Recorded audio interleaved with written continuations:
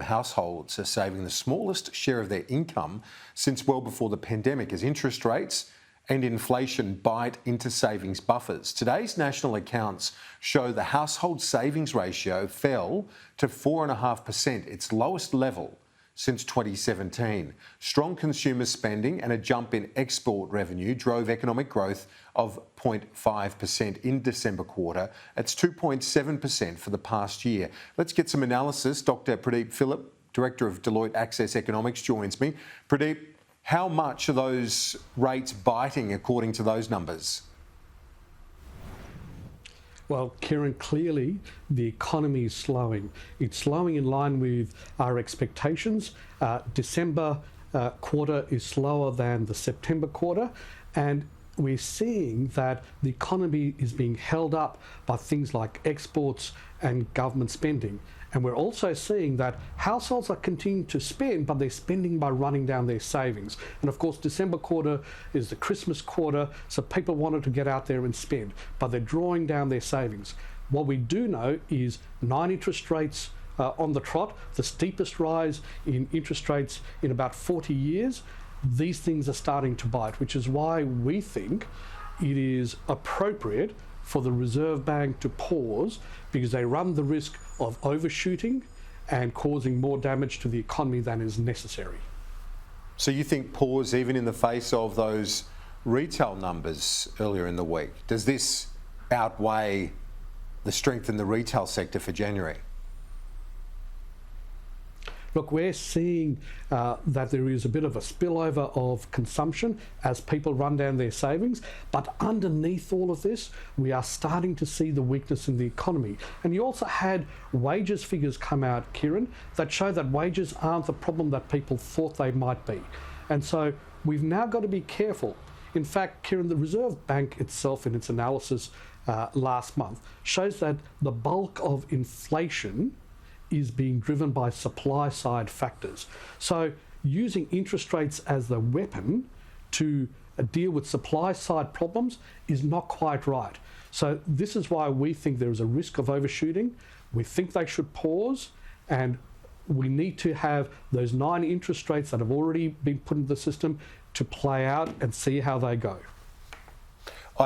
On another matter, the superannuation tax change announced by the Treasurer yesterday to come into effect after the next election. I spoke to the Chartered Accountants Australia New Zealand earlier this hour. They're worried about this approach. They're saying that it's a big move, but on a very small and diminishing cohort, that others won't get to that level given rules as they stand now. What's your read on the approach from the Treasurer? Look, Kieran, business and government have been talking about tax reform for 20 years or more. We know what needs to be done. We need to get on with the business of enacting good reform. Now, the government has made some announcements in the last 24, 48 hours. We need to see the details of it. But on our reading of it, this affects less than 100,000 people. But the real question here is, does this open the door for the more important tax reform debate that we need to have if we are to lift productivity and investment and grow the economy for the future? That's the debate we actually have to have, and it can't be on the never. It's a debate that we need to have now to enact policies to drive prosperity in the next 2 budgets. You've just released some analysis, so I want to ask you before you go about this, because Andrew Forrest, I saw, the billionaire today, talking up the need for government to incentivise investment in renewable hydrogen energy. I know that Europe and the US have moved pretty aggressively on this front. How much time do you believe Australia has to try and drive investment there? Look, Kieran, Australia has great comparative advantages to drive renewable hydrogen for the Australian economy and for our exports.